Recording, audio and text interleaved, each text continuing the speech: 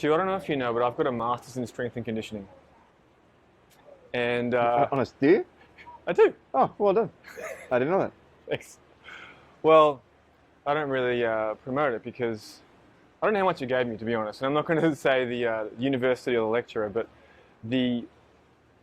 our course coordinator, our main lecturer, who took all of our strength components and our conditioning components, and with regards to maximal strength and different types of strength, I had a conversation with them around maximal strength, and he tried to tell me that basically if you wanted to be good at any sport at an elite level, you needed to be able to squat 2.5 times your body weight, and that maximal strength was 100% the most important part of being an elite athlete.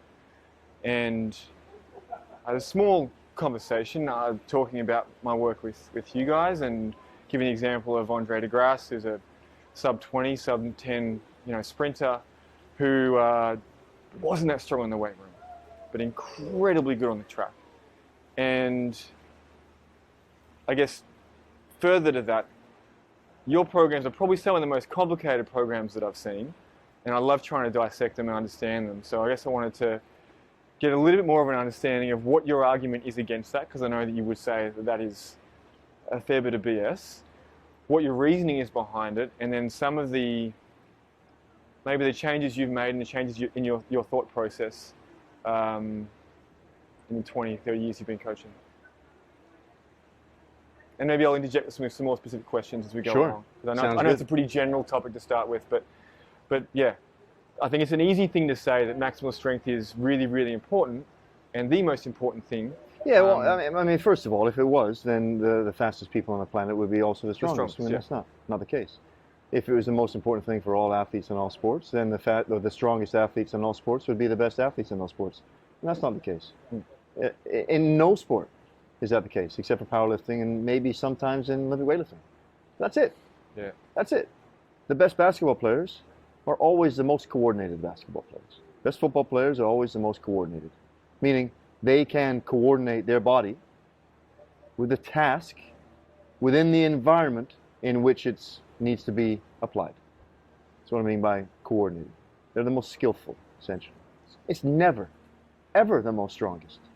So if somebody's saying that, they're just not paying attention. They're not a coach. They should know better. That said, the ability to apply force is important to all sports. You have to be able to apply high amounts of force. And generally, in really explosive power speed sports, that's more important. Sure. You have to be able to apply high amounts of force. Sure. What's more important than that is, can you apply that force really fast? That's by far more important than the amount of force that you actually apply.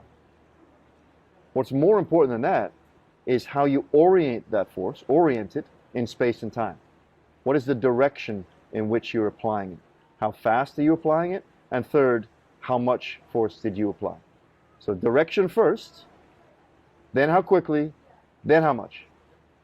You don't have the direction, right? Doesn't matter how fast you are or how strong you are at applying it. You're a trash athlete. You're not orienting your force properly. So an orientation, essentially, what we really, maybe another way of explaining what we mean by that is that's the technique. That's kind of, how you're orienting it in space and time, the direction. That's everything, So it's these people just, as I said, the people who have this assertion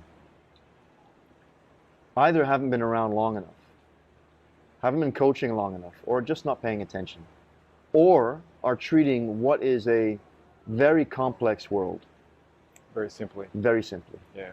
And that's I would suggest that is what your instructor is. And because there is no sport where that is true. No sport, except for powerlifting. And it's not the truth in Olympic weightlifting. I've coached enough Olympic weightlifters where I know that. It's not just about getting strong.